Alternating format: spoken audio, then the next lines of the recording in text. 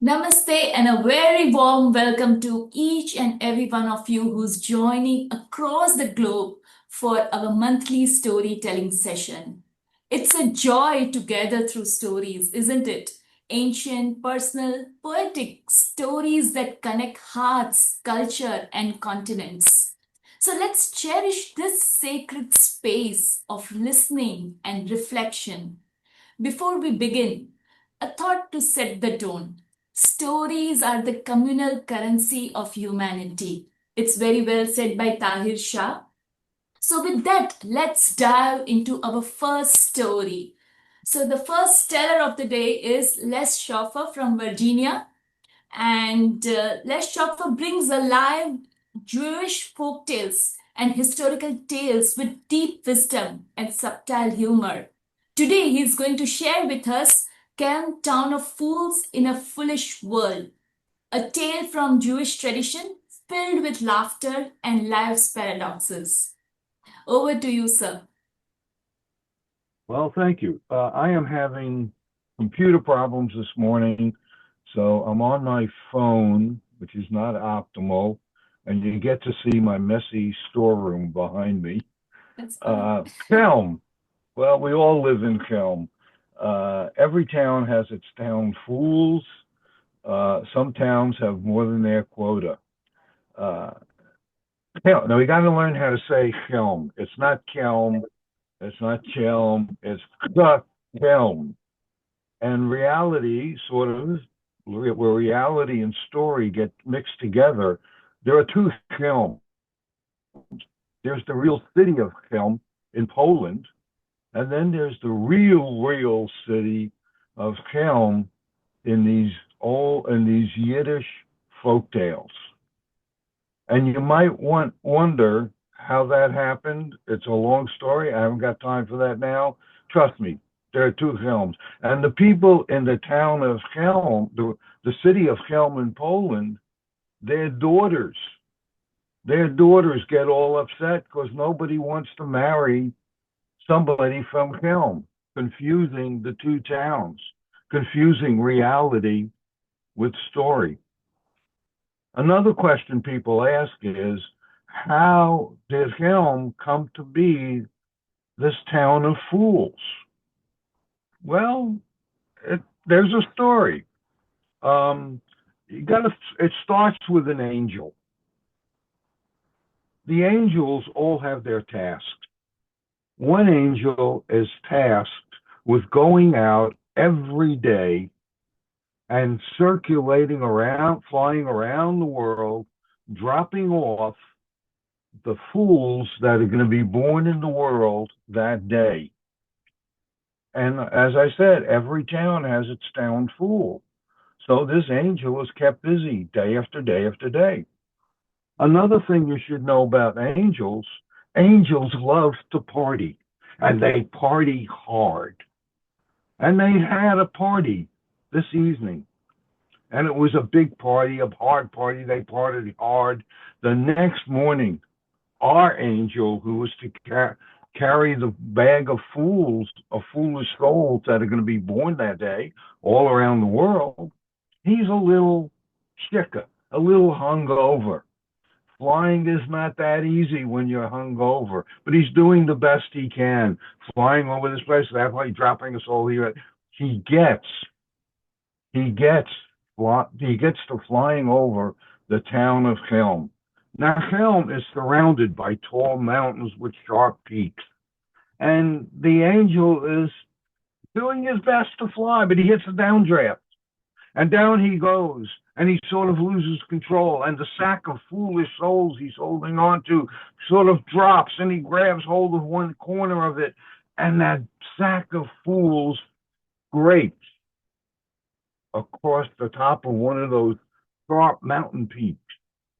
And all the souls of all those foolish people that are going to be born that day all over the world fall over the town of Helm.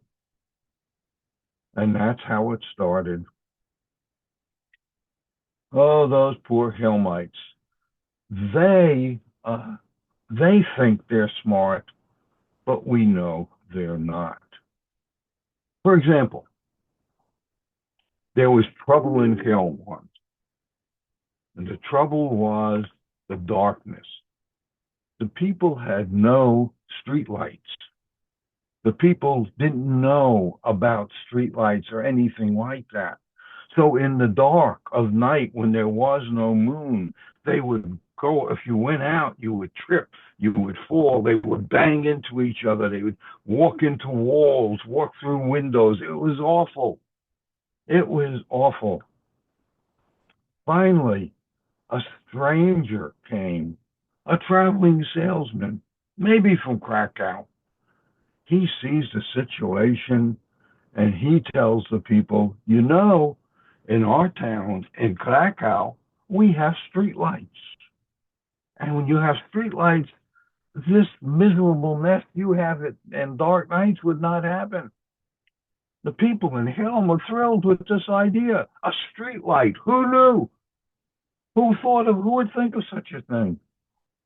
The Helmites now put their collective heads to figuring out how we can get a streetlight. Well, they argue here, they argue there, they're coming almost to blows. Still no solution. Then the sage of Helm, who is the smartest person in Helm, and you can tell that because he's wearing golden slippers on his hands, which is another story. But the sage of Helm, he comes up with the idea, well, we have the moon. Every month, the moon, when it's full bright, lights up the town. We don't have any trouble seeing. Of course not. Right? What do we do with that? The sage had an idea. He points to a water barrel sitting at the edge of town square. He says, look in that water barrel. When the moon is up, what do you see? And the people looked in the water barrel, and of course, what do they see? They see the reflection of the moon. Oh, the moon is in a water barrel. If we could do that and save that when it's dark, we'll just take out that water barrel and we will have light. And they summoned the town carpenter, got some boards, bang, bang, bang, bang, bang, bang, bang, bang. He puts the boards over the top of the barrel, sealing in the reflection of the moon. They can hardly wait for that couple of weeks of the month when there is no moon. And it comes soon enough and the town is dark again and people are going to be banging into each other and tripping and falling. They drag out that barrel, put it in the middle of the town square. The carpenter comes with his hammer, the claw hammer, and he pulls up the nails and pulls off the boards. And they look into the barrel. There's no moon there. It's just a barrel of dark water. Aye, they exclaim almost to a person, somebody stole our moon. And I think they're still looking for it. You know, there's Helm all over the world, I guess. There's Helm on the Thames in London. There's even Helm in Hyderabad, Helm in Edinburgh, certainly Helm here in Virginia, Helm on the Potomac, up at our nation's capital in Richmond, the city I live in. Our town fathers recently had a problem. Our water plant, stuff was breaking in our old water plant. And they handled the problem like Helmites. They, one, raised the water rates. They, too, sent out huge water bills. Instead of getting a $100 water bill, you might get a $500 water bill. The chief engineer, when he found he couldn't get replacement parts to fix whatever was going on in the water system, he just stopped coming to work.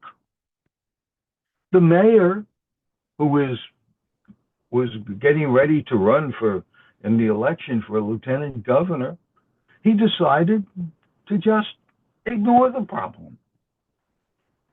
the people, very shortly, we had to boil our water. Helm on the James River in Virginia.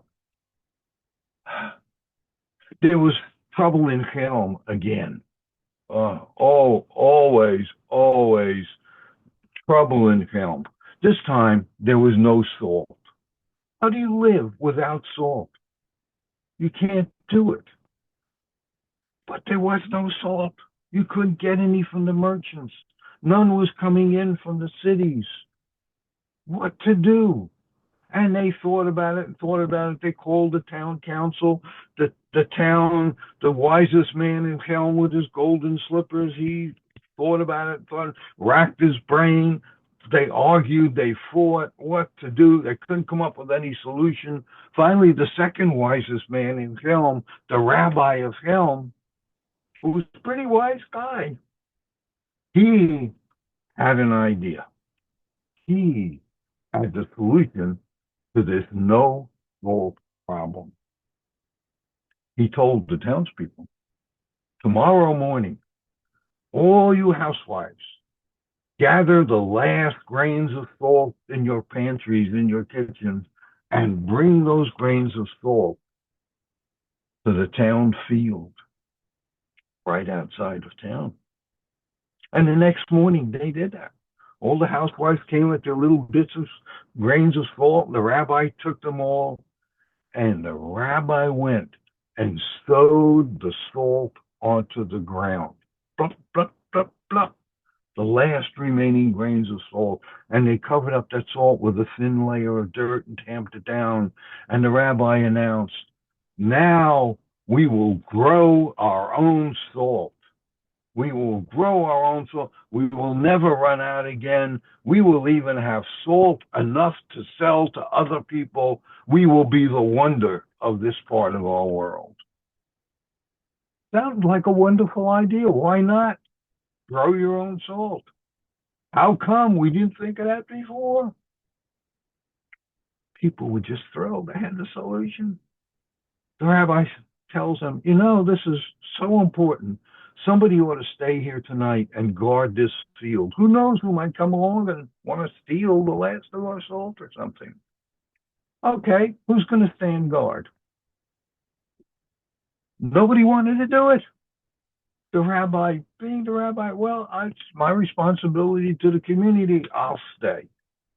And the people all went home, went to their homes, ate their saltless dinners, went to sleep, and dreamed of a life with abundant salt that they could just feel. The rabbi was a good rabbi, but maybe not so much a good guardsman. He was tired. It was a long day. It got cold as the sun went down. He wrapped himself in his coat and pulled down his hat, and he's still cold and got that kind of cold and tired, and he finally just lay on the ground and went to sleep. And while he was sleeping, along came a ravenously hungry wolf. That wolf sniffed out the sleeping rabbi, stood over the rabbi's body, his jaws slavering, those big teeth. The wolf opens that big mouth and snap, bites off the rabbi's head. The next morning, the people come out to the field to see how their salt is growing. Nothing's happened here. What's going on? Where's the rabbi? And they look, and there in the corner of the field is the sleeping rabbi, except he's not sleeping anymore. He's dead. And he's not only dead, he has no head. Now, in the Jewish tradition, person dies, they have to be buried before the sun goes down that night. But you can't bury them if you don't have all the body parts. And the town people start asking each other, we want to bury our rabbi. but to tell you the truth, I don't. Did the rabbi have a head? What do you mean, did the rabbi have a head? Did our rabbi have a head or not? Well, some people thought, of course, the rabbi had a head. How could you be a rabbi without that? How could you be a person without that? Other people were thinking, well, to tell you the truth, I am not sure. And the town divided into two camps immediately out there in those fields. Half the town thought the rabbi had a head, half the town thought he never did. And again, they're arguing, almost about to come to blows. Somebody has to say, let's go ask the one person in town who might know for sure, the Rebbitzin, the rabbi's wife. And they send this delegation over to her with some good news or some bad news and the question. And they give her the bad news, and it's not great, but and now they have the question for her. Rebbitzin, your husband, you lived with him for 35 years. Did your husband have a head? Nobody had ever asked her that question before. Did my husband have a head? Well, to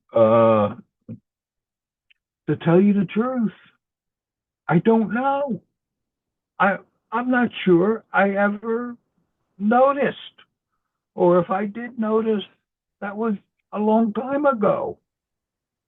Ah, now they came back and the Rebbitzin didn't know what to do. They got to bury him in a few. They're arguing back and forth. They're coming to pushing and shoving and almost to blows.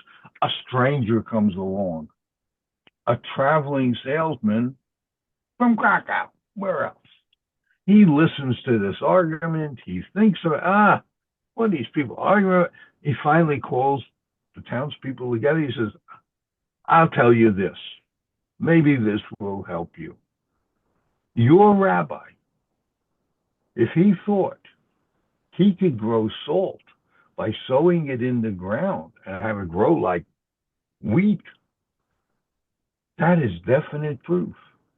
Your rabbi did not have a head, and therefore you can bury him as you please. Trouble in film. You know, the mayor of Helm, Rona Marks, recently did a world tour. Yeah.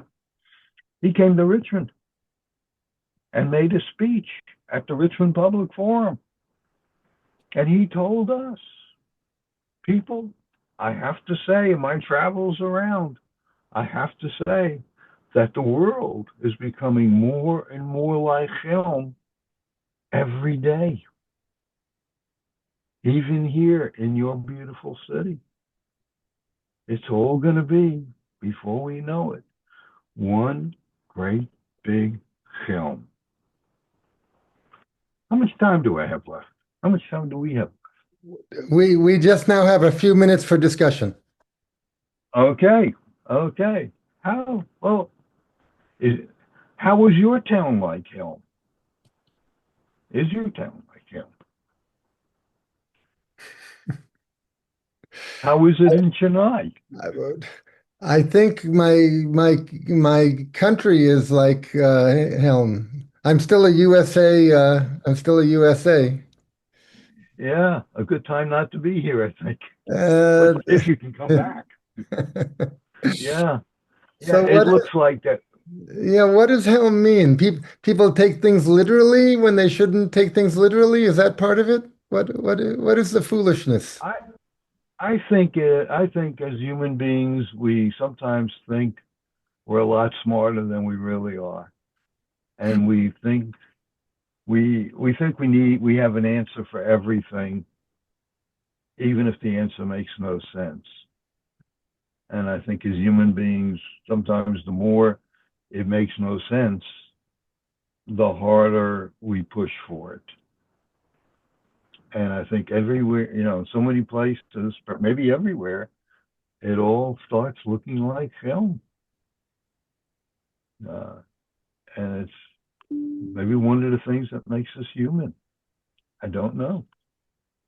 Uh, maybe we shouldn't take ourselves so seriously. But the helm, I don't know how to pronounce it with the C or not with the C. Just Uh, get it down to your throat. Helm. yeah, the helm, it's the attitude is an attitude of fondness towards the helm and the helm people, right? Yeah, We're yeah, fond yeah, of them. The writer was fond yeah. of them, and we all take it in as Mhm. a loving relationship Yeah, with the foolishness. yeah. And these stories, so many of these stories came to us via emigre writers from Eastern Europe, emigre Jewish writers from East who originated in Eastern Europe and writing about the world they'd been forced to leave, and maybe the truth of why they'd lost their homes and their homeland was so awful that it's easier to visualize a town like film rather than the real place you grew up in that was maybe ravaged by poverty, by pogroms, by anti-Semitism, by the Shoah or the Holocaust. Uh, I don't know. I've come to sort of enjoy living in film. It feels natural and it feels human. Oh, so you And feel you're living in Helm, even though you're in Virginia. well, it's not that different sometimes. No, I mean, but You Helm know, is a state of mind, obviously. One can be right? one Yeah, can be yeah, a Helmite anywhere. On the moon, you could be a yeah. Helmite. Hmm. Yeah, and maybe somebody ought to write about the Helm on the Moon. If we put enough people up there, think about one of the first images of the moon. We spend millions and millions, billions of dollars to send the first people to the moon, and the second or third man on the moon. What does he do when he gets there? He hits a golf ball. He plays golf. You know, you gotta wonder. You gotta wonder. I don't. I don't know. I think the Helm stories also are give us an insight into how we approach problems communally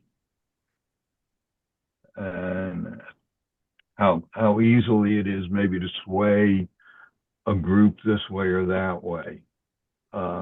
That not to trust your wise men. When your wise man is wearing golden shoes, slippers on his hands, he's wearing them on his hands because the streets are too muddy for him to wear the slippers on his feet. You got to wonder. And our leaders are often wearing golden slippers on their hands. Metaphorically speaking. And metaphorically, well, sometimes not so metaphorically. They're stealing all your, but yeah, yeah. And nobody wants to say, you know, the emperor has no clothes. A lot of places, if you point out that the emperor has no clothes or the wisest person in the community is wearing his golden slippers on his hands, you could get hurt. Increasingly, that I think is becoming an issue. Um, and this is a neat way to look at our decision making. I think how we make decisions, um, and maybe we shouldn't always be so certain that what decision we come up with is the best one. Mostly you don't know. And I think it's important for all of us to look at our own where we live and and at least tell the story when Helm comes to your town. And it will. And thank you for letting me talk about this. Thank you. Elstar is raising his hand. Yes, sir, please. Hi, I have a comment and a question for you, Les. Okay. My comment is to paraphrase Milton in Paradise Lost. The mind is its own place, and in itself can make a helm of heaven, a heaven of helm. And Yeah. my question for you is, how much is it important to remember that all the fools end up in helm because of an angel? In your, Eh, it's a good story, and actually, in Yiddish literature, there are several different versions of how Helm came to be. Isaac Bashevis Singer, the Nobel Prize-winning Yiddish writer, um, his version, and he wrote many Helm stories. His version of how the town came to be starts with a big explosion, sort of a big bang. And somehow out of that big bang, we have all these fools. I, I, I don't know. They recently, within the last few years, some stories of singers that had never been published were found, written in his original hand. They've been, two or three stories have been translated, and you can find them on the web now. And they go into this more about the development and the history of a place like film. but Alistair, did you And coming, say, oh, I'm sorry. Alistair, did you say that an angel was involved in this? I But thought I yeah, understood that from the the first Leslie's story, telling of yeah, the story. But I think for yeah, me, the angel is important because there is hope that some good will come from all of this confusion and uh, sense of befuddlement. yeah, yeah. And I think people want to know a reason why, even if the reason is a fable.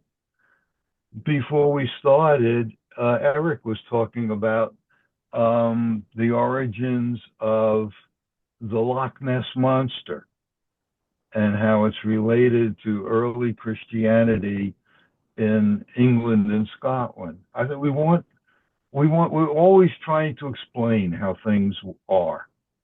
You know, Kipling's stories that explain, how the elephant got his trunk, the pourquoi stories of indigenous America, thousands and thousands of stories answering the question, why did this come to be?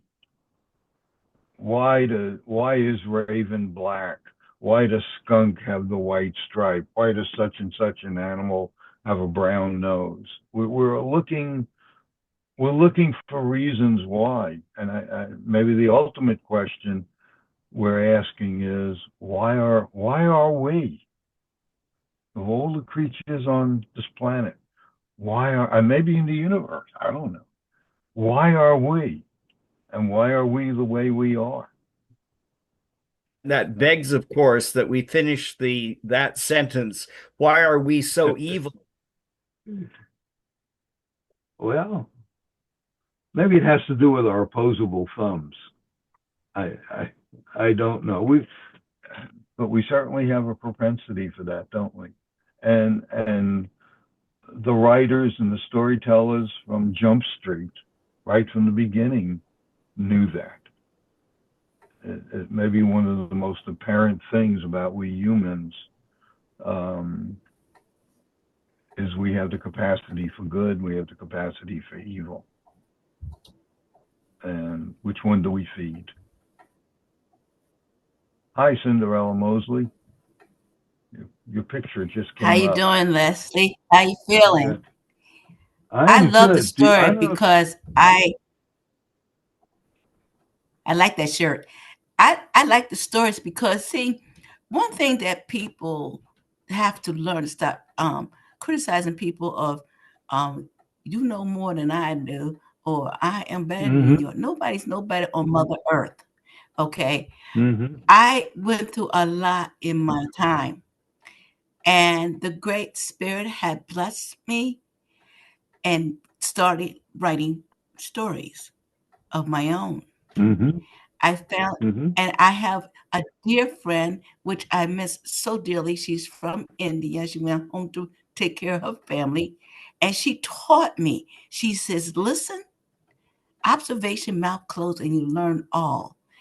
Don't be critical, Cinderella. I said, well, that's not me because I love writing multicultural stories. And this is what I'm doing. All the experiences that I have with my beautiful friends from around the world. And I love listening because it teaches me, why didn't this happen when I was younger? I'm older now, but I'm wiser. And we have to stop saying, I. Listen. You'll learn many things. Knowledge gains wisdom, and wisdom gains knowledge as you learn on Mother Earth. And God got your back. Don't let nobody say you cannot. Thank you for the story. Thank you so Thank you. much. Yes, shall we move on Thank to our you. next teller, please? Yes, thank you so much, Les. Thank you so much, everyone, for your comments. And And thank you for letting me do this. yes, you're most welcome. So our next teller for the day is Jay Miller from Budapest. Jay Miller is beautifully blending heartfelt storytelling with life's deeper meaning. Today he offers a soul-touching personal story, Life Lessons by Sylvia and Joy, My Beloved Mummy and Daddy. Over to you, Jay. Thank you, Sheettal. Welcome, everyone. Eric, thanks for putting this international story group together. Eric and I are both from Manhattan, so we have that.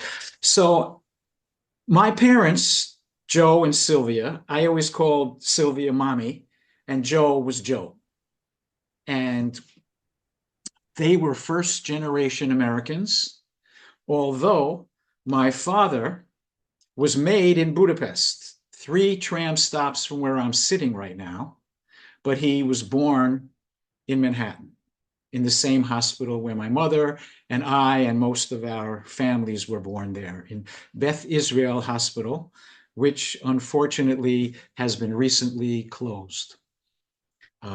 So the story goes that in the years after World War I, my father's mother and father, Anyuka and Apuka, which in Hungarian means father dear and mother dear, they had 3 children. And the 3 children dressed in white were Aunt Harriet, the oldest, Aunt Gussie, and Uncle Irving. And they were born in Budapest. This is my father, Joe, and that's Julie. They were born in Manhattan, but my father was conceived in Budapest.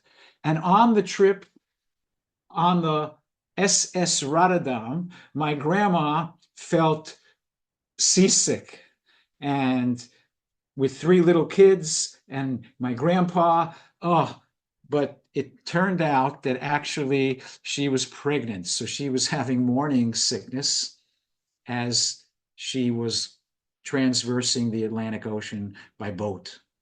They landed on Ellis Island, were checked in, and my grandfather had somewhat of a sordid reputation and background. No one really tells the stories, but when he got to Ellis Island, he saw that one of the guards, one of the immigration people, had a name Miller on his chest. And when he had to give a name, he said Miller. And that's how we got the name Miller. By the way, Susan Miller is my brother Jeffrey. He's listening right now, too. He uses his wife's connection. All right. So these are the first 5. And Uncle Davy, who last month was 100 years old, he's the last man standing from this family. Now, let me talk about the first memories of my mother, because, you know, I was inside her for the first 9 months of my life. And it starts off with lighting the candles on Friday night as the sun goes down. In the Jewish tradition, my mother would put her shawl over her head, close her eyes, and she had many, this is one of her candlesticks, and she had many candles that she would, different sizes, different shapes, and she would almost cover her forehead with this shawl and make these movements with her hand. And as a little kid, and maybe even today, I'm very rambunctious. I'm very active. But when my mother was doing this amazing trance, a trance covered me, and I was rapt and silent and still. And as I grew a little bit older, I said, Mommy, what are you doing? What are you thinking of? I see the tears roll down your freckled cheek. What is on your mind? And she looked at me with a smile, and she called me Tatala. Tata is father in Yiddish, and Mama is mother. Tatala is little father, and Mamala, she had 2 sons. So she called us Tatala. She says, Tatala, I think of our family that's been and gone. I think of our family now who's alive, my brothers, my sisters, their children, Zadie, who is still alive, and Anyuka. And I wish them the best. I send them love. Let them live a long life and healthy and safe. And I think about the future generations. And that was my learning from Mommy as a little boy. All right. So in that period of time, we lived on the Lower East Side of Manhattan in Alphabet City, where you had Avenue A, B, C, and D, and then the East River. We lived on 13th Street and Avenue B when I was born. And literally when the immigrants from Italy, from Ireland, from Eastern Central Europe came off the boat from Ellis Island, they were dropped off at the tip of Manhattan. And they actually walked to their cousins, to their landsman, the people from their towns and villages, maybe even from Chelm, probably came from Poland. And they had friends who helped them and found them an apartment. And we lived in a tiny one room, was the kitchen and the dining room, then was the toilet, and then was one living room, bedroom, room. We had a 13-inch pilot television. I still can visualize it at this moment. And as a little kid, because we moved to the Bronx when I was 3. And so I was 2 or 3. And I remember distinctly waiting for Joe to come home from work. Mommy was a home mommy, and Joe went to work. And I would lay down on the floor, on my belly, with my face, my right side of my face, looking under the door where there was a little space. And I would listen. And somehow I had a clock inside my head that knew when Joe was coming home. And I would look under the door, and I would listen to the footsteps of the people walking up the one flight of stairs and passing my door. And I would look at their shoes. One woman had red pair of high-heeled shoes. A man had brown, very polished Cordovan shoes. And I knew the sound of Joe's cadence of his footsteps. And as he would come up, and I counted the steps, and he would put his key in the door, and I would look at his black leather shoes. And just as he was going to open the door, I jumped up into his arms that were ready to catch me. And Joe would hug me. And I loved my father. In my life's work, I worked in post-war places like Serbia, Bosnia. I even worked in Gaza and the West Bank in a peace program between Arab teenagers and Jewish teenagers. And a lot of people have a very difficult time with mommy and daddy. I'm so thrilled to share with you, and my brother would corroborate, we had magnificent parents. We were blessed. And even my mother's sister and her husband, my godparents. So we actually had two sets of parents when we were growing up that instilled a lot of very important things in us. Let me piggyback on Les's living in Richmond. When my father was in the Navy in World War II, probably the early 40s, he was stationed at Richmond. Richmond and San Diego were the two biggest Navy and military bases in America. And my mother went down from New York to visit him, and she was on a bus in Richmond, Virginia. And she was sitting in the back of the bus. In New York City, you get on a bus, you sit where you want. And as she told me the tale, a white citizen of Richmond went to the back of the bus and told her, "Ma'am, you don't need to sit there. Go up to the front and sit in a seat." And my mother told him, "I'm very comfortable where I'm sitting." In those days, they had segregation, and Black people sat in the back of the bus. White people sat in the front of the bus. When the front of the bus became full and white people took the seats and blacks sat back. And my mother said, "I'm fine where I'm sitting." And she was a tough Sylvia. And a Black man, in those days, they were called Negro. In my 1960s, they were called Black. Then it became Afro-Americans. Now it's African Americans. I believe Cinderella can make sure of that, those names that evolved. Now I believe it's African Americans. All right? And the African American came to my mom and says, "Ma'am, this is the South.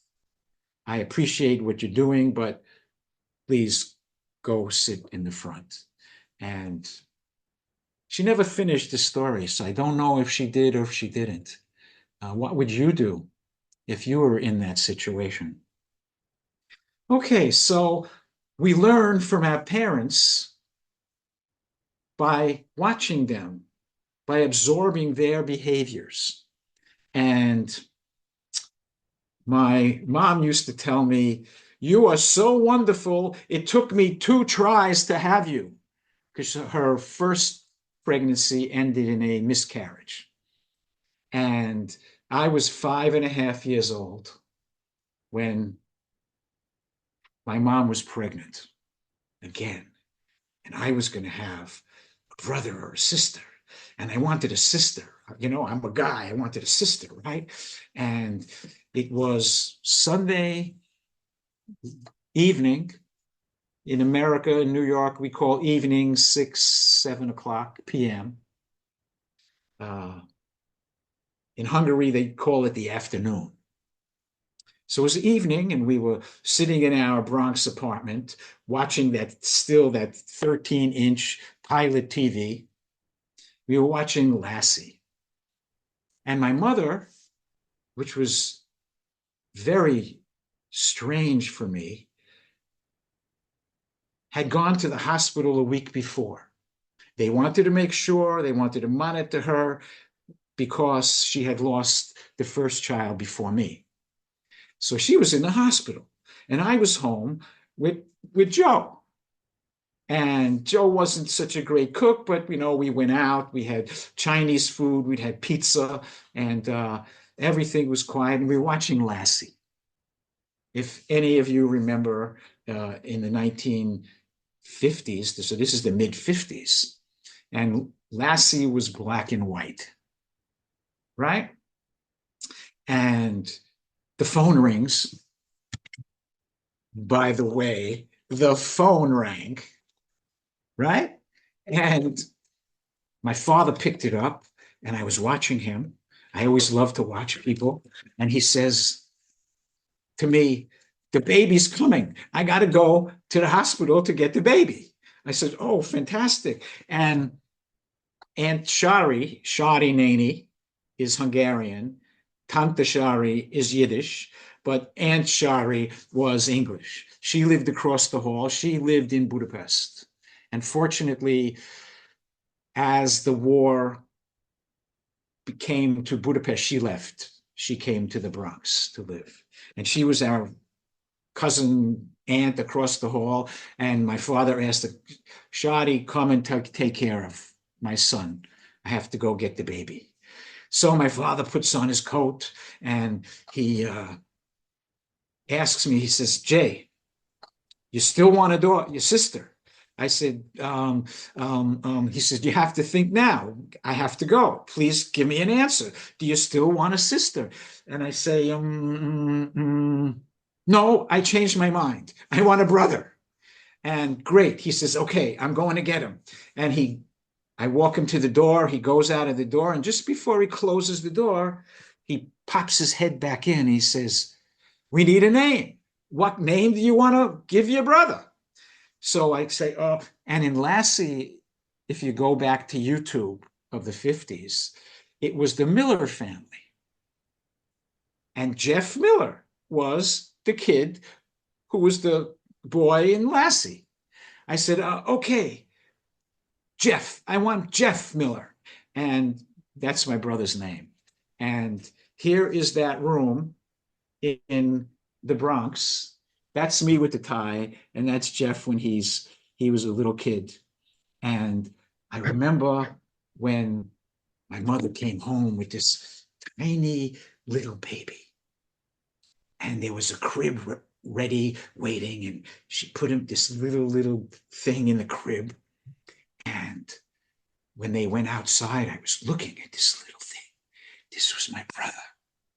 And I climbed gently, carefully into the crib, and I wrapped myself around him, and I fell asleep.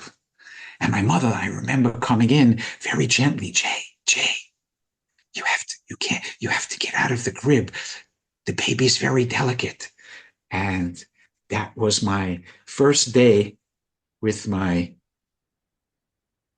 brother Jeffrey. And in my father's last days and his last hours, even though my brother is 5.5 years younger than me, he's an established person.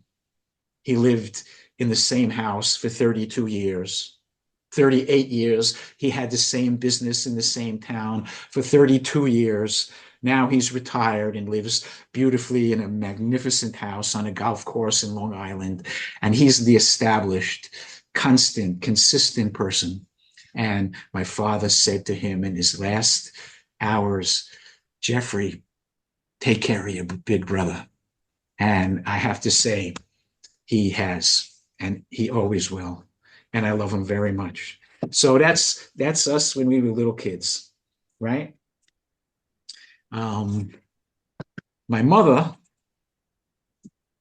had two rules when a friend came to her house, and she was open to everyone. And fortunately, growing up in the late 50s, early 60s, my friends were from friends' parents, and definitely friends' grandparents were from all over the world, from Puerto Rico, from down south in Alabama and Mississippi, from Ireland, Germany, and Eastern Europe and various parts of the European continent. So we're very fortunate to have friends from everywhere, from Jamaica, from nobody from California, though. we moved to California. So everybody was welcome in my house, and my mother would meet a new friend of mine, say, "Hi, welcome. What's your name?" "Oh, Billy, Gerd, Carlos, Richard. I have two rules in my house. One, I'm not Mrs. Miller. You call me Sylvia. And two, come with me to the kitchen. I'm going to make a sandwich and give you a drink. Next time, you make it yourself." And friends used to come into my house and open the door, go, "Hi, Sylvia, go into the kitchen and make a sandwich." Years later, when I was the father of three, and from 78 to 89, 1978 to 1989, I raised three children as a single father. With the great help of my parents, I never could have done it. And I was sitting in their dining room eating chicken soup. My mother made tremendous Jewish chicken soup. And in fact, I have to say, not as good, but pretty good. I make chicken soup, right? And I was thinking, and I said, "Ma, how come you were so kind and generous and friendly to all of my friends? Everybody could come in and eat and stay and watch TV, and you treated them like you treated us. And most of my friends, I never saw the inside of their apartment. We all lived in apartments. If I got inside, they never asked me if I wanted a glass of water." And she smiled at me. And I know in her mind, she was thinking Tatala, but she didn't say it. Now I'm a grown man with three kids. And she says, with that big smile and her freckled face and her light brown eyes and her bleach blonde hair, she said, "For a few sandwiches and a few quarts of milk, I knew who my son's friends were, and I knew where my children were." So we learn by watching and listening, Jeffrey and I, to our parents. Jay, it's been wonderful, but now please kind of finish it up. Okay. Yes, quickly. This is the Bronx. This is my friend Danny Haubin's painting. This is the subway that goes down, and this way. This is Yankee Stadium, right? New York Yankees, all right? And so when you see this, it's the Bronx, okay? New York Yankees. And my mother taught me, now that I'm 76, that lesson rings true. She taught me on the way down on the subway to Manhattan, when you see an older person on the bus, on the subway, give them a seat. Give them your seat, because maybe when you're going to get old, you're going to need that seat too. And I must admit, after a lifetime of pantomime and jumping on stages and basketball, I need that seat. So thank you all very much. I can go on for 50 more chapters of the memoirs that I'm writing, mostly about the life and times of my parents and how they affected my behavior. I should say that for those of you who don't know, Jay and Les and I are members of a generation where our grandparents, I don't know if I get this exactly right, but basically our grandparents came from the old country to the USA in the early 1900s. The old country was Russia or Poland or the other countries in Eastern Europe. We Jewish, and both to escape oppression and for economic opportunity. Our ancestors came through New York City, Ellis Island, and then scattered out around the USA. And Our parents made a life here, and now, well, Jay, you've gone back to the old country. I've gone off to India. Les, you've gone to Virginia.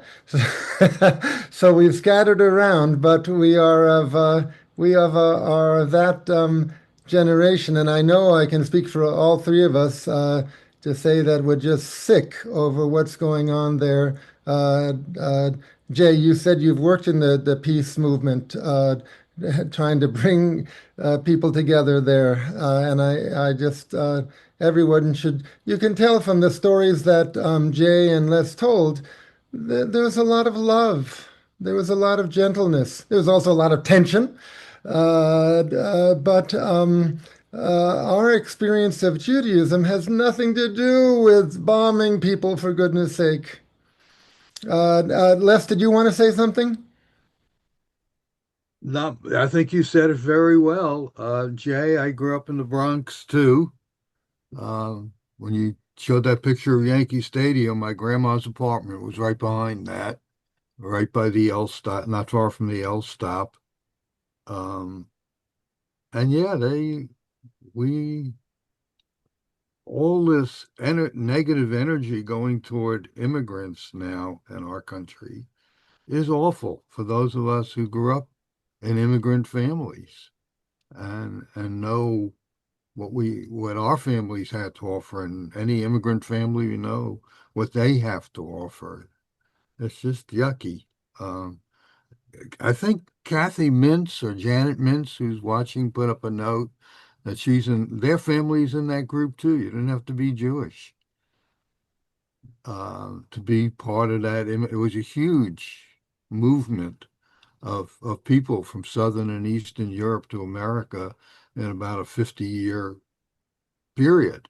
And not only through Ellis Island. My grandfather came through Galveston, Texas, which was maybe the second or third largest entry point for immigrants at that time. Um, Here we all are. Might I ask, does anyone have any questions or reactions to our stories?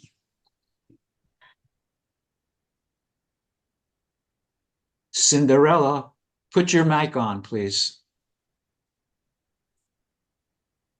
Yeah, you're still muted.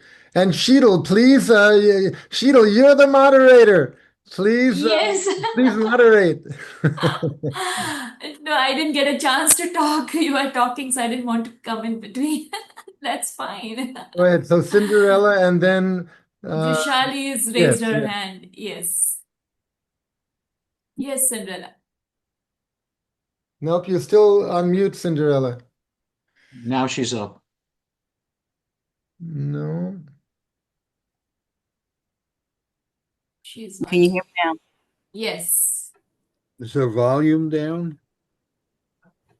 No. Now I see a green on there. Yeah, your voice is coming And now. Your voice is coming. Go ahead. okay. I listen to these great stories. We need to bring out the truth behind the curtain. My family originated from the Chata Cherokee Indian Nation, and I was never taught too much about my descendants, which were African Americans. My father was a Dutch Black, my mom Native American, and I am so glad that y'all are getting into this group that make people understand who we are, where we come from, what the good, bad, and the ugly of what we had to go through in between the 60s and now. And the thing of it is I would love to see somebody write a story about their bio of how they came through and succeeded. Because I was raised under my grandmother, which was Chata Cherokee Indian, and my father. And I used to get um, teased because my dad looked like a white man, but he was a Dutch Black. And I'd like to see people bring out more stories on their bio and don't be afraid because I'm working on mine now. And the thing of it is I love world storytelling because it teaches us who we are, where we come from, and not just education, but also knowing one another and loving one another. Thank you. Thank you, Cinderella. Yes, Roshali, over to you. Can I Wonderful ask? story, Jay. Can I go ahead? No, go ahead. Sure. Yeah. I resonated with your story so much because this is a similar childhood that I have gone through. I remembered my mother, my household, where all our friends used to just barge in anytime, and we used to have our table full of food for them. And I think you took me back to my childhood. And I also resonated with that part of your story where you said that your mother used to light a candle in the evening.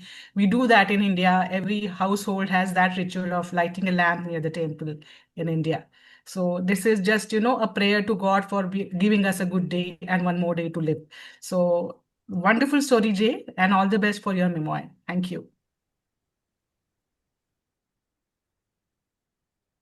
Will we have connection with each other in another way, email or somehow, Eric? I'll put the email IDs of the storytellers on the program webpage, so people can send emails to the storytellers. Great, thank you. So anybody, I would love to be in touch with any and all of you.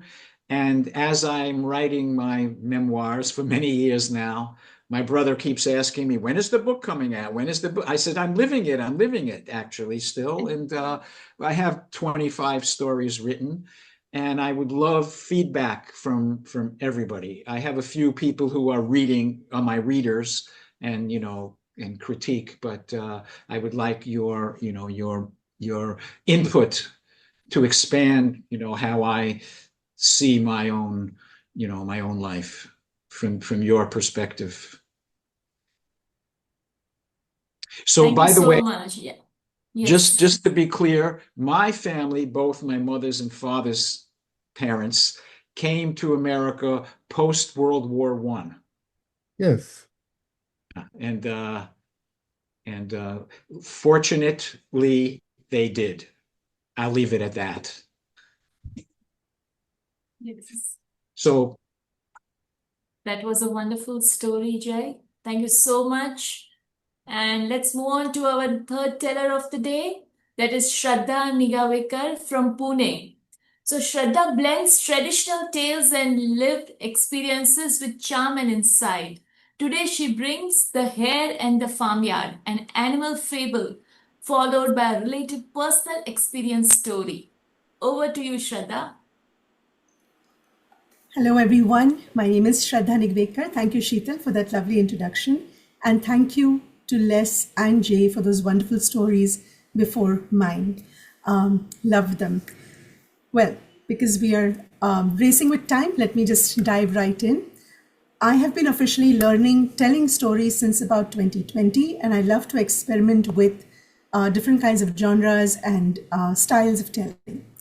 Today, I'll be telling a story which I heard for the first time on the Appleseed podcast, told beautifully by storyteller Debs Newbold.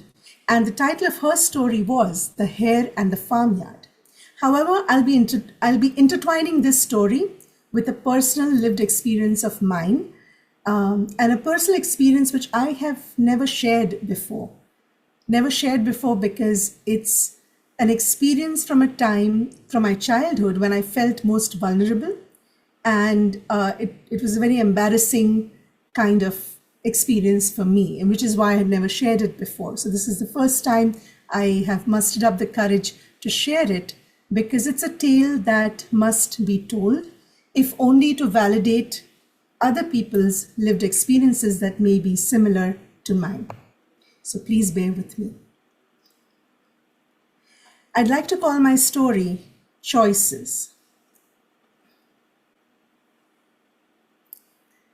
This is a story about me, a much younger me when I wore glasses, more than 40 years ago. And by all standards, I had mostly quite the happy, carefree childhood, except for one problem. I suffered from nocturnal enuresis. And other than my closest family members, no one knew. I just could not bear to share. And for those in the audience that are unfamiliar with this term, nocturnal enuresis, all shall be revealed by and by. This is a story about a hare. This particular hare, she had grown tired of living alone in her form.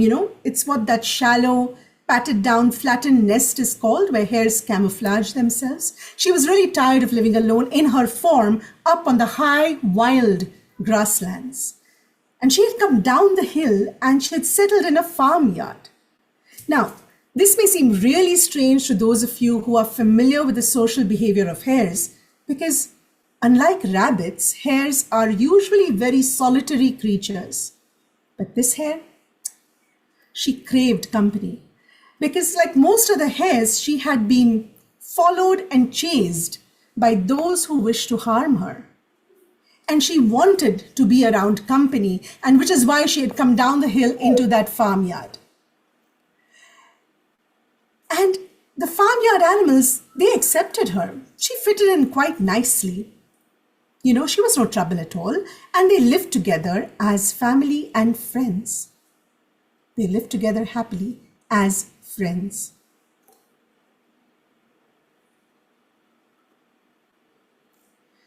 None of my friends knew that I suffered from nocturnal enuresis. This condition usually becomes a concern above the age of about 6. And I was 9 years old and I still suffered from this condition. I still was suffering from episodes. It was my own private shame. And my mother, the sweetheart that she was and still is, she never ever made me feel embarrassed about it, never blamed me, just took care of things quietly after each episode. It was just that having this condition meant that I never ever slept over at anyone else's house, always slept at my own house, peaceful, in my safe space. One day, the hare woke up in her safe space, the farmyard, from her peaceful sleep, because she, with her long ears, had heard something. Her keen ears had picked up the sound of those that wished to harm her.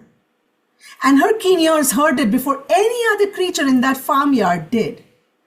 It was the sound of baying, the sound of hounds. And when you are being chased and when hounds are coming for you, you will hear them before anyone else around you does. And she knew. She knew that they were coming for her. She knew that they were off in the distance, but that they would be here soon.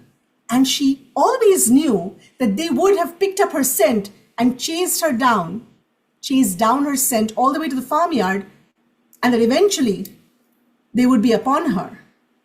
But although she expected it, she had wished that it would not have been this soon. Her safe space was no longer safe. My safe space, my peaceful world was soon to be disrupted. My father, who worked abroad, not in India, he worked in Africa at that time, had an emergency surgery and he needed care and he needed my mother by his side. So I was to move into a boarding school far away from home, and I was to live amidst strangers away from loved ones for the very first time in my life. I was to sleep all alone in a huge hall filled with single beds, filled with other students, girls my age, none of whom, as far as I knew, suffered from nighttime bedwetting, which is what that fancy term, nocturnal enuresis, essentially means. And one of the reasons for this condition of bedwetting in older children is deep sleep. Such deep sleep that the physiological feeling of needing to go is not enough to wake you up. And I was a very, very, very deep sleeper. So ever so often my brain would wake me up in the middle of the night, but only because my bed covers and my clothes were soaking wet. When it was already too late, my brain would wake me up. And my supermom, she would come to my rescue. At 9 years of age, although the frequency of these episodes had reduced, they still happened. And now I was faced with this anxiety of not just being away from loved ones, but amongst, complete strangers. I was faced by this fear of the possibility, now, I would say the certainty of being ashamed and embarrassed by something that was clearly out of my control. It was a horrible, sinking fear.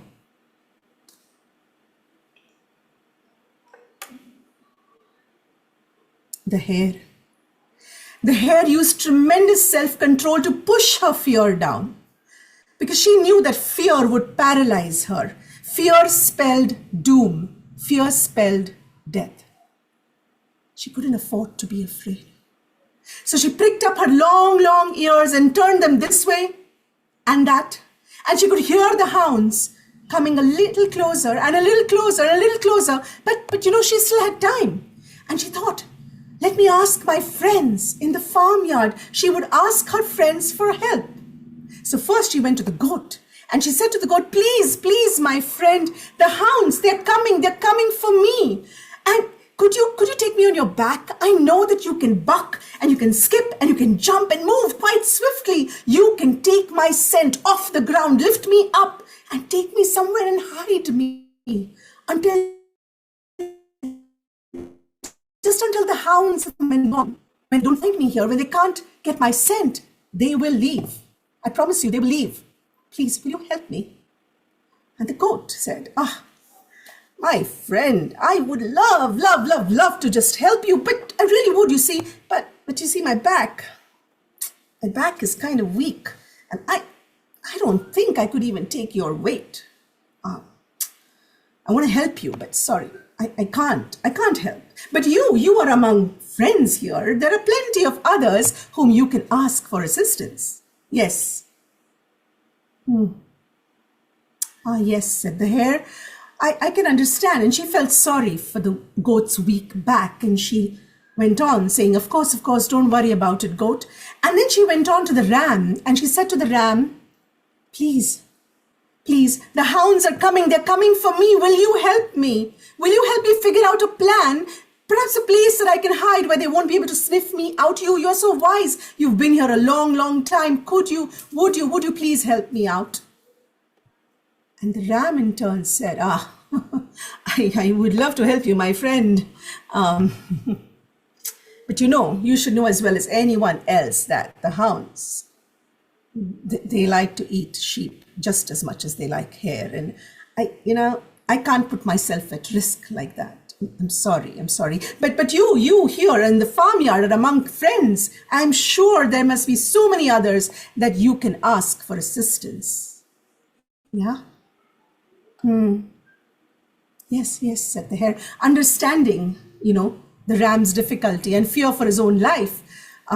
It's okay, don't worry. And then she went to the bull. Bull, please. She could hear the baying even closer. The hounds are coming. They're coming for me. Please. And you are so huge. You have these horns. They are terrifying. Could you just turn your horns towards the hounds and I could just stand behind you and you would frighten them off. Please. I swear, I guarantee it. You would frighten them and they would leave and probably not come back. Please, can you help me? And the bull said, I would love to help you. I would love to help you, my dear friend, but I just just have this appointment at the cow shed, and it's my work, it's my job. I have to be there on time. I'm so sorry. But I'm sure there are other folks that you can ask, right? You are amongst friends here. Yeah? Yeah, there are so many friends around you. There are plenty others whom you can ask for assistance. I can't be late for work. Your job. I understand. Yes, of course.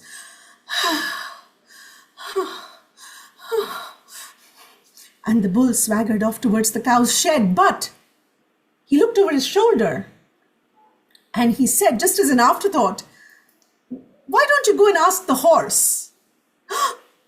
Of course, the horse, the majestic horse. And so this hare, she went to the stables where the horse stood, tall, grand, and majestic. And now she could hear the hounds very clearly. They were closer. They were much, much closer. They were inside, she knew, the forest area that surrounded the farmyard. And they were baying loud and clear, hot on her scent. She almost expected to smell them soon. That's how close they were getting.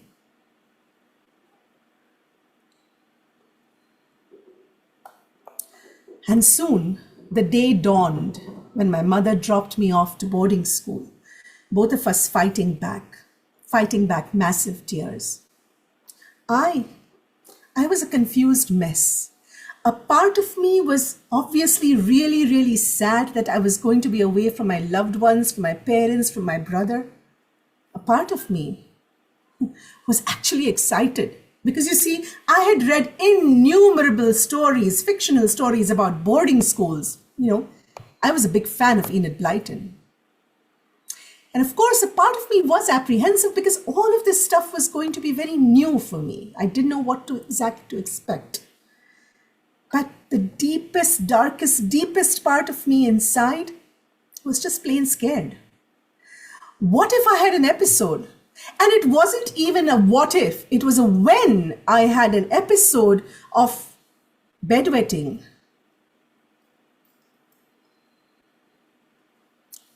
What would happen then?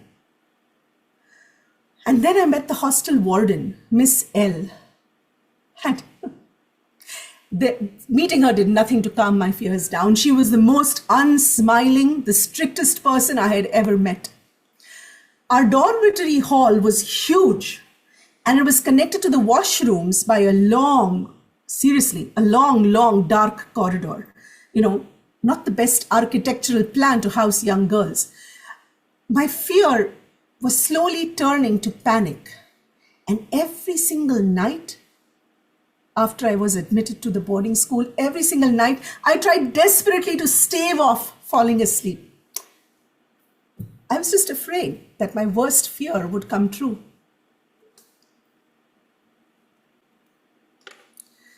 Well, the hare, she too tried to control her fear and her panic. And she said to the huge horse, "Please, horse, you're my last resort. Please, you're so strong and so tall and majestic. Please, can you help me? The hounds are coming. They're coming for me.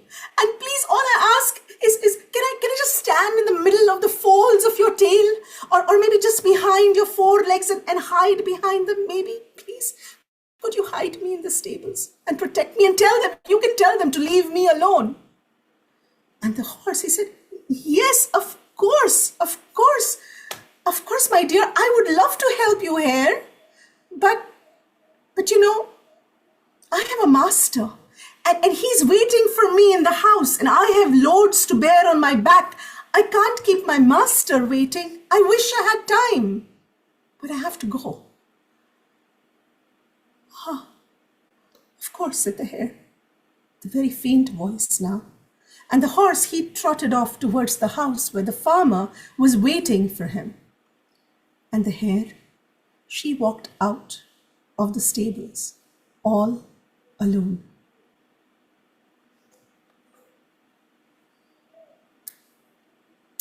Sure enough, in the middle of one cold, cold night, I woke up with a start, and right away, my heart it just plummeted. It just sunk.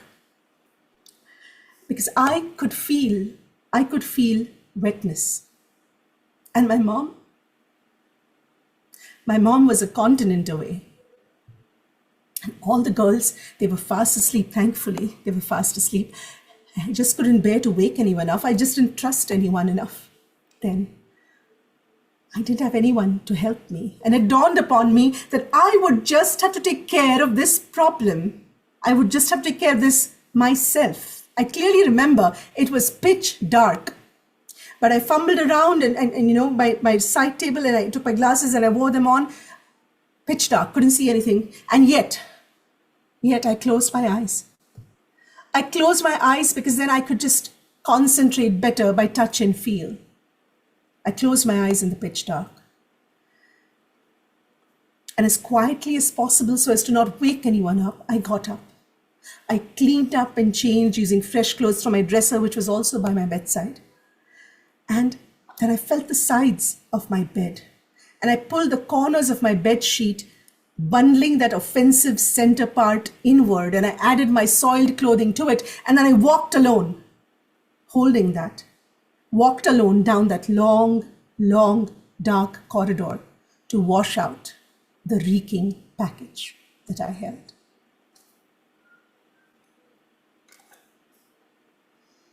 The hair, she could smell. She could smell the hounds now, as well as hear them. They reeked. They reeked of hunger and sweat. They would soon be here. They would soon be upon her, ripping her apart. And she looked around at this place, her safe space that she had chosen as her home, with these creatures that she had counted as her friends. And something rose inside of her. Something rose inside that hair from the pit of her stomach, up through her chest and up until her throat. And it felt like a sob. But no. It wasn't a sob. It wasn't self-pity. It wasn't anger. It wasn't even fear. It was a voice. And that voice inside the hair said, "Girl, girl, don't you have legs? Can't you run?" And so that hair, she ran. Well, a lot changed for me in that one cold night. Although I may not quite have understood it then, but the choice that I made to deal with this large problem, to deal with it myself, without help, changed me for sure in more ways than one. And somehow, somewhere, there was a shift. There was a shift in my heart, a shift in my brain, and a shift in my spirit, and a voice that ever since then always woke me up, just in time. And I had finally outgrown my nocturnal enuresis. But you know, one thing has not changed. I am still a very deep sleeper. And that hair, she's still alive and kicking, handling her hound problem by herself, running swiftly on her own 4 legs. Thank you. Super, Shraddha. What a blend of stories you have done. It was really like we couldn't move our eyes from the story. Thank you. It was very well I'm done. telling this blend and this particular story for the very first time. So I'd love some feedback. I felt this was a absolutely. safe space enough to share. Haven't Yes. told it yet to anybody. No, it was superb. Thank you for Absolutely listening. well done. Yes, Alastair. Thank you, Sheettal, for your courage and passion Shraddha. in telling those two beautifully intertwined stories. They were so personal and dovetailed so beautifully one into the other. I identified with your personal story because I too was sent away to boarding school at the age of 8. But for me, it was a foreign country which spoke French, and I didn't speak any French. So Oh it was dear. painful in that way, and I think I simply withdrew. Mm. But I remember it's funny the things you remember, but I remember it was an Indian boy who befriended me. Oh, how lovely to hear that. Thank you, Alistair, for sharing that. Thank you so much, Shadra. Thank you. Yes. Who else raised the hand? Yes, Veena, please. Shraddha, you were amazing as always. And just one thing I'd like to tell you. Oh my God, the hair and the farmyard. And you connected so well with your personal experience. And, Thank you, Veena. Thank using only simply a pair of glasses. Every time we came to know about it, or you'll be talking now about your, childhood now. And you had the guts, I must say, the courage to, share in front of all of us. And so well connected, You were just going from one to the other. And this story, then your personal, that's something to learn from you. It was amazing. Thank Enjoyed you, Veena. listening. And I, I I was tried also, I uh, tried the style for the first time, and I'm so glad that you enjoyed it. Thank you. really, I enjoyed it. And only the pair of specs, oh my God. Every time I was waiting, and we were mesmerized by the way your hand gestures, your modulation. Wonderful. And I'd like to say, Jane, Les, I enjoyed your stories too. Thank you so much. Yes, Lakshmi, you had raised the hand before? Yeah, see, I found the transitions so beautiful, and I'm just enamored by your energy. Like, the way you say it, I was just totally into your story. Like, I forgot where I was sitting, I forgot what I was doing. I was so deeply connected to your story, and it's your energy. I think even across the screen, it just comes and touches us. Thank you Thank so you, much for Lakshmi. such a lovely Thank you so story. much. Thank you. Yes, Rushali, to you. I'm speechless, Shraddha. One of the most immersive and engaging performance by you, I must say. And this blend was very smooth and very brilliantly done. And the Thank you, fact Vishal. the fact that we come across such situations in life where you think somebody as a friend, but they are not really. I mean, you get that wisdom in that moment, and I think you are changed for the whole life. Right. So I think I resonated with you there as well. So lovely as always. Vishali, thank you so much. Yeah, I think self-reliance was something that was it was like a logarithmic lesson for me. It was like a single night change of things. And I said, oh, I guess I can handle things by myself and with no parents around, no other family around. Because usually as children, I'm sure it's a shared experience for most people. As children, we're really not as independent, Yeah. You grow into independence. For me, it was a switch kind of thing. But I said, oh, okay, I have to deal with Moment it. of growth. Yes. Moment of growth, definitely, definitely. Yes, Jai, I could see your hand raising. Yes. Over the last few years, I've had 2 biopsies on my bladder. So I have to go to the toilet often. And every 3 months, I have to get a cystoscopy, which you women will never have. Okay, it's right. And I just had it last week. And all the time, so right after I did my 20 minutes, I had to go to the toilet. But you started telling your story, and with that face that you have, and with the beautiful hair, and the whole, yeah, I forgot that I had to go to the toilet. Okay. So now I have to go to the Okay. toilet. Thank you. Yes, Eric. Yes, Shraddha, I felt the two stories blended beautifully, Thank especially because there was a common emotion by the main character in both stories. Running and trying and hoping. That common emotion was common to both stories. you. Thank you, Eric. And thank you for your guidance in helping me. You said to focus more on the personal aspects, and your suggestion of, getting the personal story with it. It helped. Thank you. Yes, Cinderella. You touched me so deeply. You touched me very deeply. I personally will request that you write this story in a book. This is true history. I like the way that you combine the animal and yourself and how they almost just like together. And when I heard that you were a very brave, wise, not afraid young child, I congratulate with this story. May God bless you. And please think about writing this story. It's going to be a hit. God bless you. Thank you so much, Cinderella.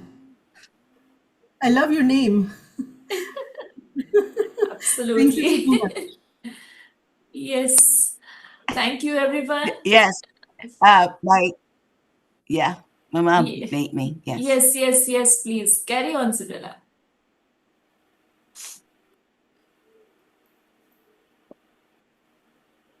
It reminds me of Cinderella, of how she was treated and her way of life. But like I said before to all of you, do not be afraid to write your story and let the world knows where we come from. I just want to say many blessings to all. Sasmai Kada.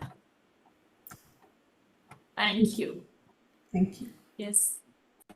Thank you, Shraddha, for that lovely story. And let's move on to our next teller, Lakshmi Shankar from Hyderabad.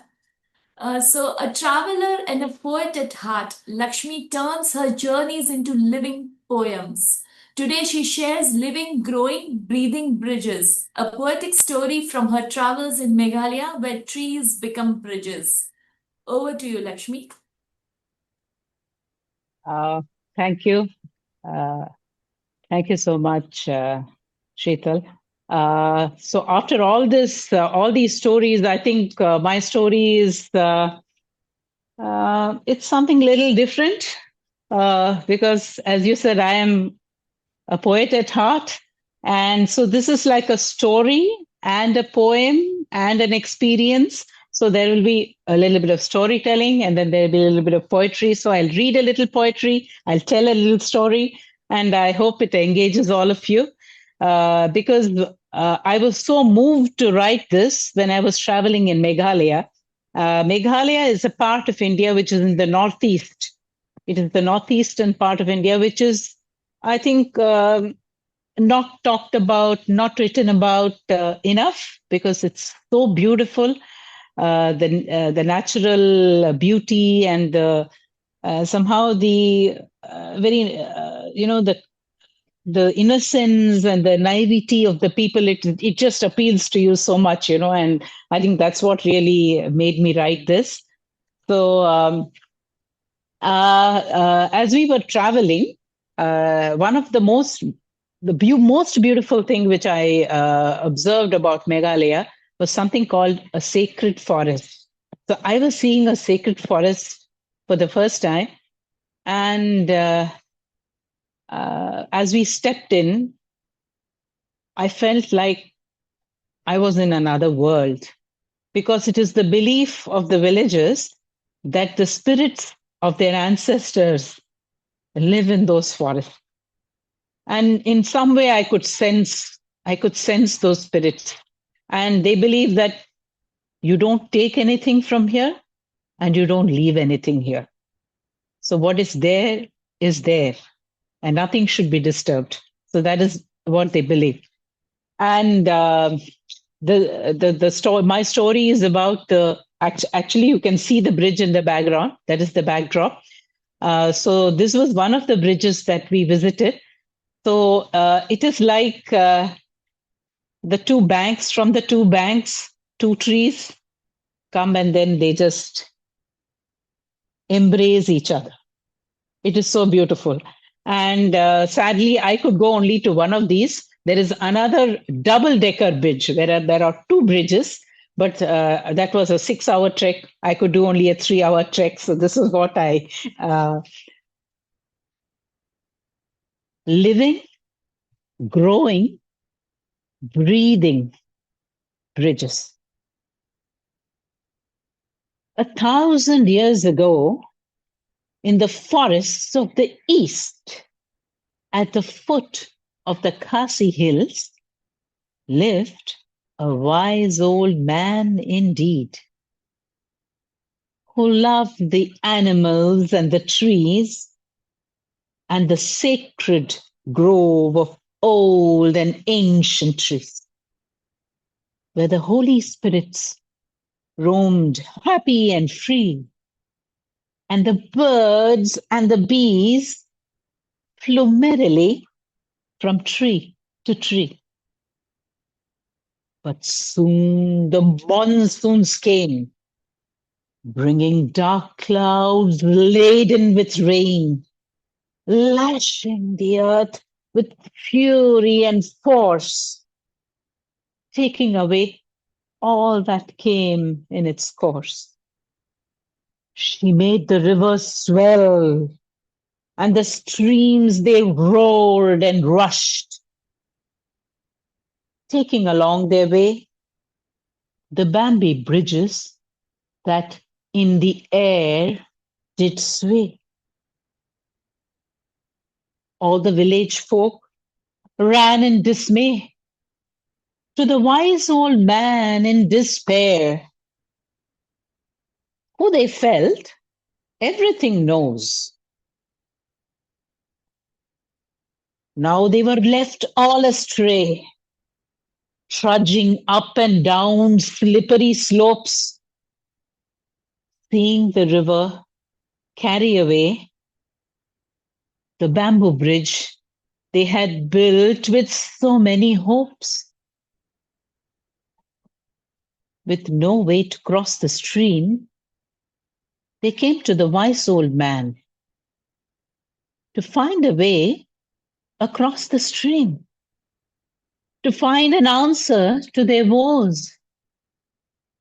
These flimsy bamboo poles are no match for the surging river and the rising floods. Oh, wise old man, we do lament. Do solve our sorry predicament. The wise old man shook his head and looked to the heavens overhead, beckoning the gods from above to answer their prayers with their love. The villagers bowed and prayed. In unison they danced and swayed, beseeching the gods to come down and bestow them with their grace. A tiny little wren swooped down below, fluttered its tiny wings, and said a bright hello.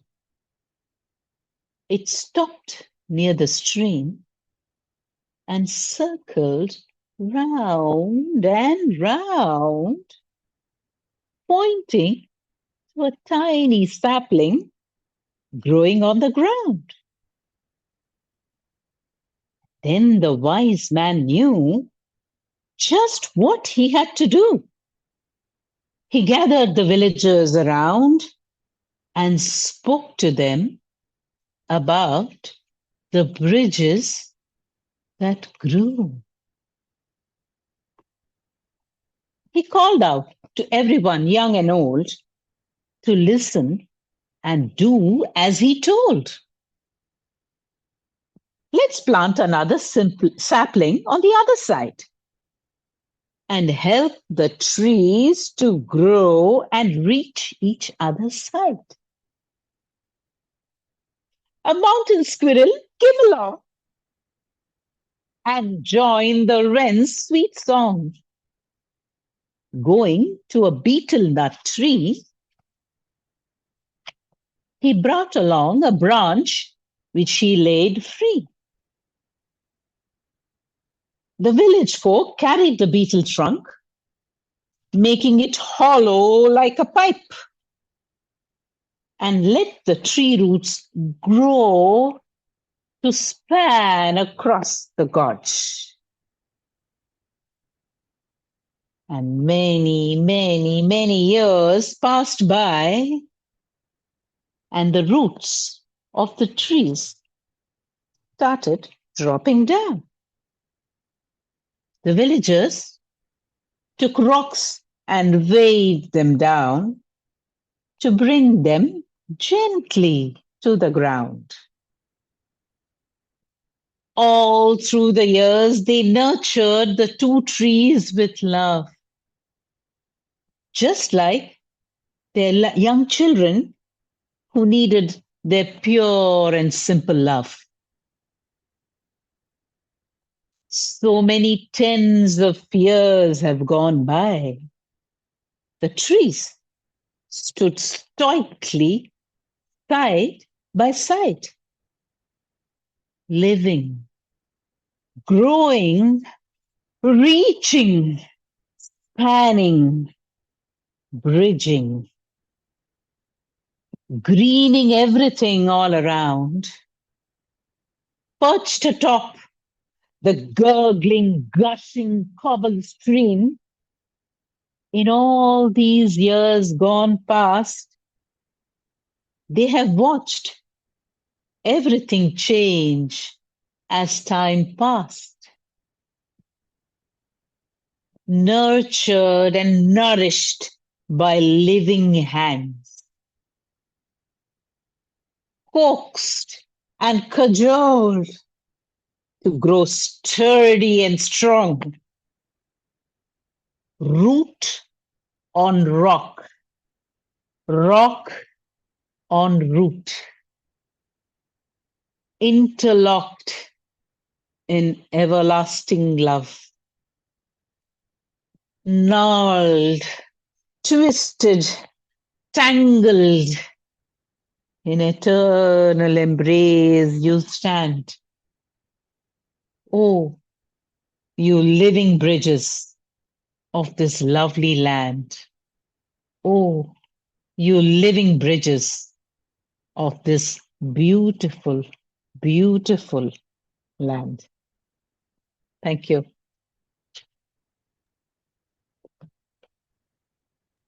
That was lovely telling, Lakshmi. Very I well just told. wanted to add that this poem has been published in this anthology of poems, Oh, which is wow. available on Amazon. Oh, It's okay. called Soulful Stardust. Around 3-4 of my poetic tales are in this. Lakshmi, Wow. we can't see the book. It was going in Oh. your blind zone in Zoom. So maybe Yeah, just keep now? it Yes, your face. yes, Yeah. yes. You Okay. can type it in Okay, the now it's visible. chat box, maybe the name Yeah, of yeah, the I will share it. I will share it. Yes, Yeah, yes, sure. yes, yes. That Thank would be you. great. Yes, Veena, please. Thank you, Sheettal. And Lakshmi, I'd like to tell you, many people travel to so many places. I'm being a part of the Northeast, and I've seen the Living Bridge and the Double-Decker Bridge, which has Okay. been, been recognized by by UNESCO as well for the cultural, significance. Yes. And it feels so good that you go to a place and your poem says it all. You described it so beautifully. I have gone there. I never thought of writing a poem like that. And I could almost visualize it so much. And the trek, which is so rightly said, which is in Cherrapunji, the double decker. Yes, yes. But it's a 6 hour. And I keep on telling my friends in India that you must make a trip to Northeast. Very less spoken about. Yes, yes, yes. Beautiful in so Yes, many ways. I think what you say is somehow when I travel somewhere and I see a place, I kind of lose myself there. Like recently, we had been to Ahmedabad and we had visited a step well. So I think I spent about 2 hours sitting there. And the one thing that just came to my mind, I just took my book and a pen and I started writing a poem. because I felt that's the one way I find is the most beautiful way to capture the experience of a space. And this is what this bridge did to me. It wanted me to capture that image, that story, that feeling in my mind. And I just had to write it as a poem. Beautiful. Yeah. The people of Meghalaya would really love it, you know. Thank you. Thank you. Yes, Les. Thank you, thank you. I I ended up loving that you used poetry as the form to tell the story, and it kind of was brought back that the old storytelling was the bardic storytelling was always in rhyme, and so it wasn't just listening to you talk about your experience in the last however many years, but it was you were in harmony with all those old ancient voices that spoke the same way. And I wish I could do it. I have no poetic sense at all, no rhyming sense at all. Um, and but I love that part of it. Thank you. Thank you so much. And I think all our ancient Indian stories, the Mahabharata, the Ramayana, they were all in poetic form, and they are still sung as poetry. They are related as poetry. So Yeah. yes, there is a very ancient tradition in our country too of sung stories. Yes. Thank you. Thank you. Yes, Shraddha, you had raised your hand. Just loved the performance, Lakshmi, and the poem was just so, it was free flowing like the river. So, and you captured the essence, like the bridge meets on both sides, and actually got some information of how it was done, all through the poem. So beautiful, beautifully presented. I'd love to get my hands on the book. Please, if you can share it in the chat, it will be lovely. Certainly. Thank you. Thank you so much, Shraddha. Thank you. Yes, Alastair. Thank you, Lakshmi. I just wanted to say that your poetry brought the bridge alive for me. The rhythm of the words, the sounds of the words made it come to life. And it made me want to one day perhaps visit Meghalaya and see the bridge myself. Certainly. Yeah, and I think I'd like to add that I'm also a musician. So somehow rhythm comes intrinsically to me. So when I write poetry, I think the words just rhythm as I write it. It just comes like that. It's not something that I make an effort to do. So yeah, I think it's all part of the music in me that comes out like that. So thank you so much. Yes, thank you so much. And let's move on to our last stellar for the day. And that is Mona Ghai from Bhopal. Did Alistair want to say something? Alistair? Yes, I did make a comment, Eric. Thank you. Oh, I'm sorry. Your hand is still Yes. up. I'm Yes. sorry. I'm sorry. Go ahead. Yes, so Mona's storytelling blends literature, nostalgia, and heart. Today she tells The Parrot Who Wouldn't Talk, based on Ruskin Bond's story along with her personal experience. So over to you, Mona. Good evening, everyone. I am Mona Ghai, and I'm an author of children's book, and I'm also a story parenting coach.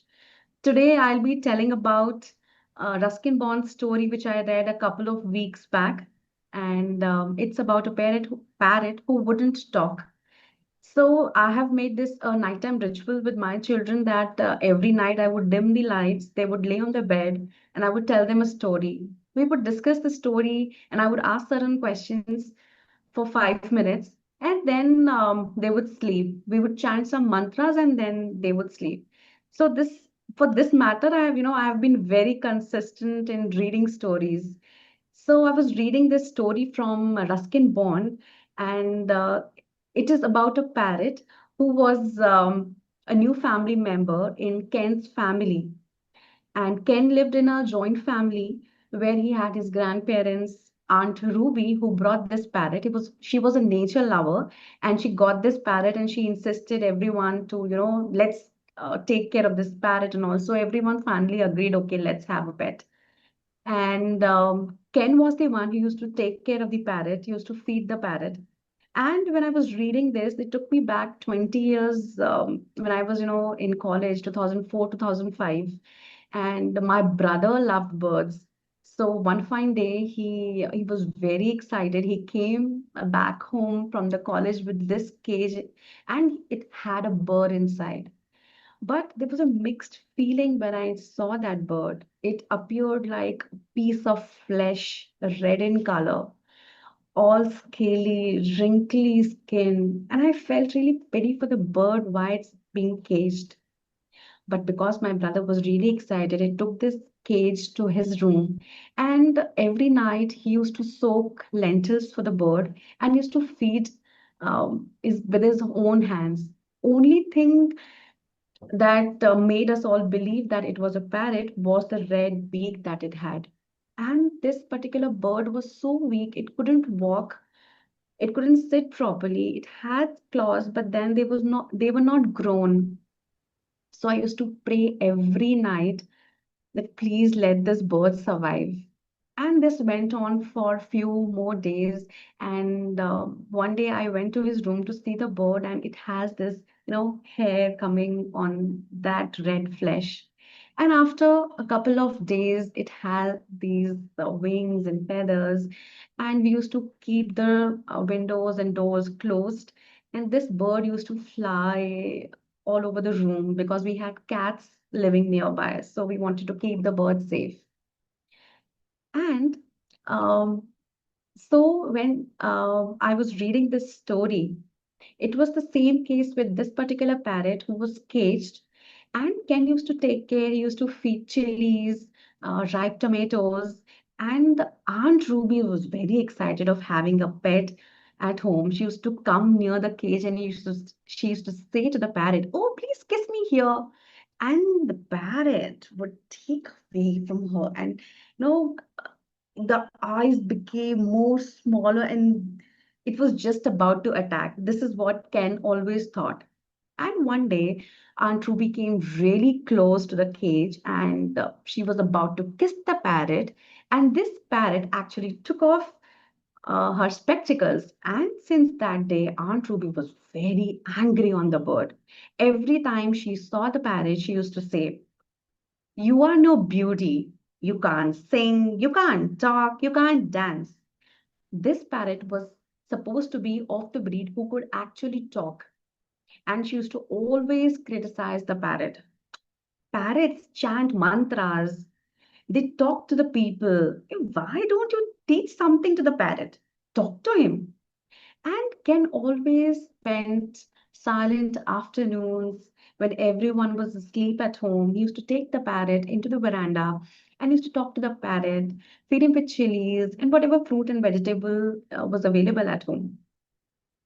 So one day, Ken intentionally opened the gate of the cage, and grandfather was sitting in the veranda reading his newspaper. And the grandfather said, "Be very careful, otherwise, your Aunt Ruby would bring another parrot at home." But Ken he just did what he wanted to.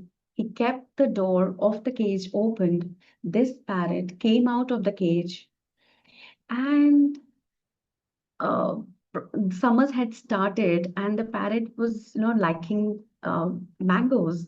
So Ken brought mango, and he fed the parrot. The parrot ate the mangoes, and Aunt Ruby came and she said, "Oh, my parrot is out of the cage. Be very careful. Keep him inside." And then the parrot just flew away, and it never came back. This is what Aunt Ruby said. And then Aunt Ruby was very angry on Ken. She went inside. One fine day, Ken was sitting in the veranda. He was eating mangoes, and he was thinking of the days when he had this pet, and he used to feed mangoes to the parrot. And to his surprise, there was this parrot in the veranda looking at Ken. Ken was so happy to see the parrot again. He gave the piece of the mango to the parrot, and parrot was happily eating that. Suddenly, to the surprise, Aunt Ruby came. And then this parrot had his eyes, very small. It was just about to attack. And something surprisingly happened. The parrot said, "Oh, you beauty, you can't sing, you can't dance, and you can't talk." Everyone was surprised. The parrot could actually talk. And then the parrot happily flew away to some tree. And this became a new normal for the family to see the parrot very often coming to the veranda. And whenever this parrot had an opportunity to see Aunt Ruby, it would again repeat those sentences which Aunt Ruby said for the parrot. So, I told this story to my children that night, and my children were very excited to listen to this story because they had never seen a parrot who could actually talk so much. They've seen parrots in India who are being taught to say Ram Ram and things like that. So, when I was telling this story to my children, they slept, but I couldn't sleep because, something shifted inside me that night. And, I felt that as parents, we also cage our children. We call it parenting, we call it being caring parents, but we actually cage our children. We push them so hard. We have so many expectations with them, and sometimes they feel so overburdened. And I too felt that many a times, teachers also, they label children with certain names without understanding that every child has a learning phase. You should give the child his or her own time to grow, to learn, and to show the real colors of the childhood. And I experienced this particular thing a couple of days back when my daughter came back home and she said that, today my teacher didn't talk to me properly. And I said, I was just listening to her. I said, something happened. Why? She said, because I didn't want her to write. I don't like that teacher. She speaks very loudly.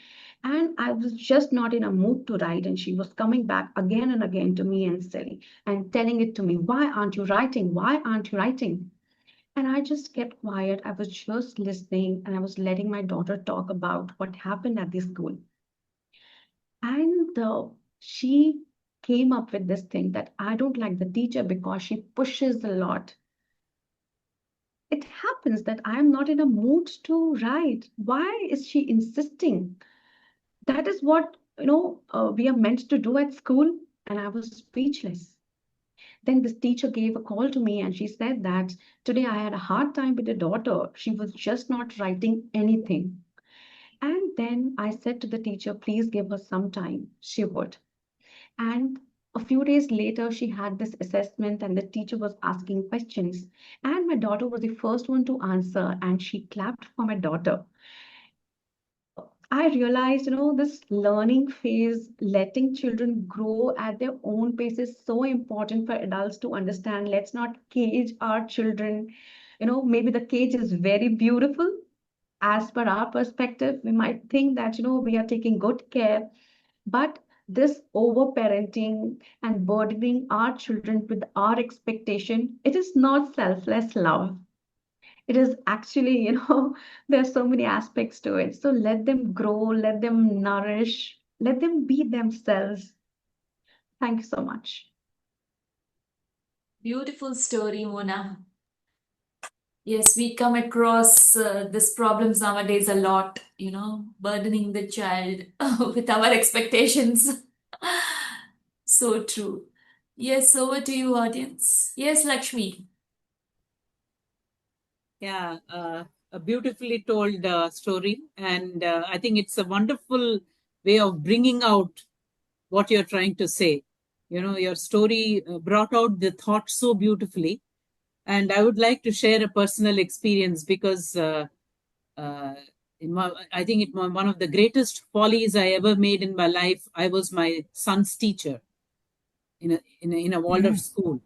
So the things that I went through as a mother and a teacher, and as a teacher, when you see other parents, what they expect from children. So when you try to say something about their child, nobody is prepared to accept that you're saying it for to make that child a better human being, or to give that child a space to for my instance, my son never spoke us. We are Tamilians, we speak Tamil at home, and he didn't know a single word of English when he went to school. So everyone said, oh, how is your son going to communicate? He doesn't know English. So I said, he will communicate whichever way he is able to. And within a few months, he started talking full sentences in English, whereas I never taught him a single word. So children, when they are given the space to grow themselves, to express themselves, to find themselves, they find their way. And that's very important. That space is very important. Beautiful, yes. Very nice story, Mona. I really enjoyed it. Thank you. Yes, Cinderella. Mona, you brought back many, many memories about myself. I am a creative writer. I'm also a children's author too. They told me that I would never be on a level of teaching or reading of any other education. Well, I'm here today to say I made it. I love it because I developed an enrichment storytelling illustrating program at my school. The children that they say they would not like to write or any of that sort, guess what? I have proof of children writing stories that you would never, ever believe. We have to stop saying, you can't do that. You're not on the level. Talk to that child. Approach that child. I don't care where they come from. I don't care they come from a mud. Talk to them because we don't know how we was taught from our culture.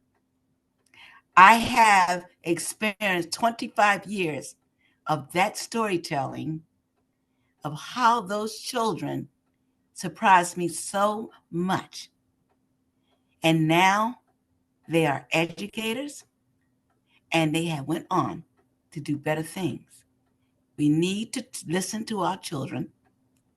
Our teachers need to listen to our children because we don't know exactly what point they're on. Don't say they're not on the level. Talk to them.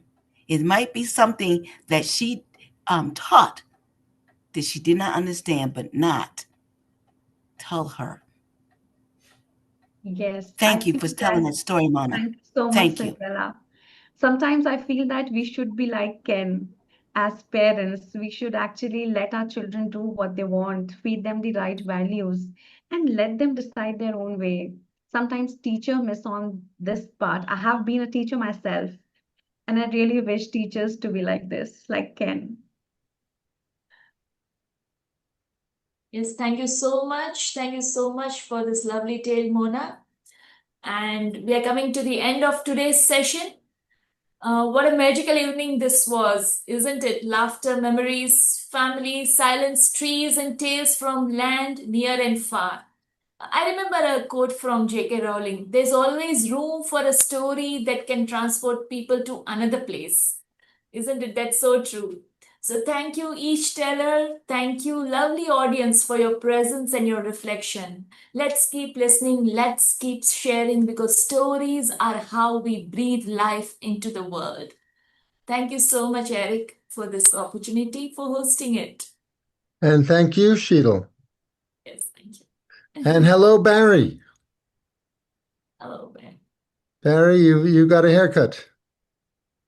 And Alistair, Yes, hi. go ahead, Barry. Go ahead, Barry. I just wanted to say I came in halfway through. I came in during the middle of Shraddha's story, and I appreciated all the stories. And I've been driving, so I haven't been on, but I'm stopped now, of course. And it's just wonderful to be able to join in. Thank you. Thank you all. Alistair, did you have your hand up again?